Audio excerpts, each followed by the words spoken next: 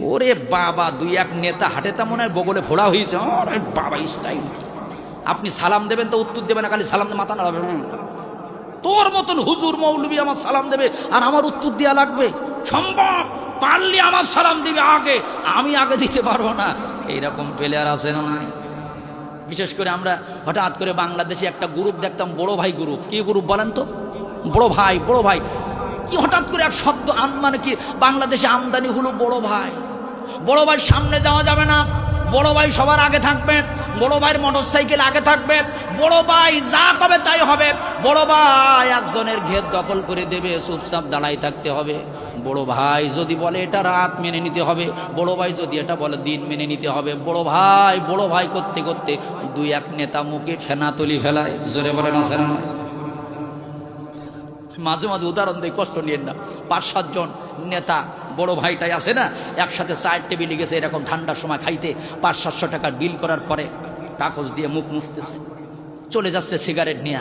দোকানদার গরিব মানুষ বলতেছেন, ভাইজান 500 টাকা বিল হয়ে গেছে, আপনাদের দেবেন না? এক চামচা পিছন থেকে কয়, তুই বড় ভাই চিনিস নি? বড় ভাই নাম্বার রাখ, আমাদের বড় ভাই।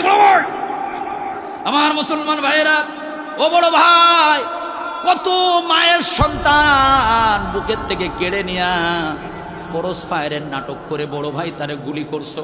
কত সন্তান তারে তুমি মারছো, ধরে হাসপাতালে কাতরাইছে, চোখের পানি ছেড়ে কেঁদেছে। ও বড় ভাই, তোমার পাওয়ার বেশি, তোমার ক্ষমতা বেশি, যা মনে করেছো তাই করেছো। আমি বলবো জায়গির মাল হাসপাতালে যাও, ওখানে দেখো স্টক করার পরে যখন আর নিজের হাত আর নিজের গালে দুই একজনের ওঠে না। কারণ আমরা পার্লামেন্টে আইন করে যদিও চাই বাঁচতে, হঠাৎ একদিন মরণ এসে বলবে, সাহেব আসতে, তাড়াতাড়ি যেতে হবে, চলো আমার সাথে। যত থাকো মহাব্যস্ত দুপুর কিংবা রাতে, এক ধমকে পাল্টে যাবে চোখের করুণ দৃষ্টি। আত্মীয় স্বজন ঝরবে তোকে, আত্মীয় স্বজন ঝরবে যখন শ্রাবণ মাসের বৃষ্টি। থাকুক তোমার হাজার রক্ষী রাষ্ট্রনীতি চাঙ্গা, কার বা এত বুকের সাহস করুক না সে দাঙ্গা। রাজা বাদশা আমির ফকির, ও বড় ভাই, সব কাছে তার বন্দি।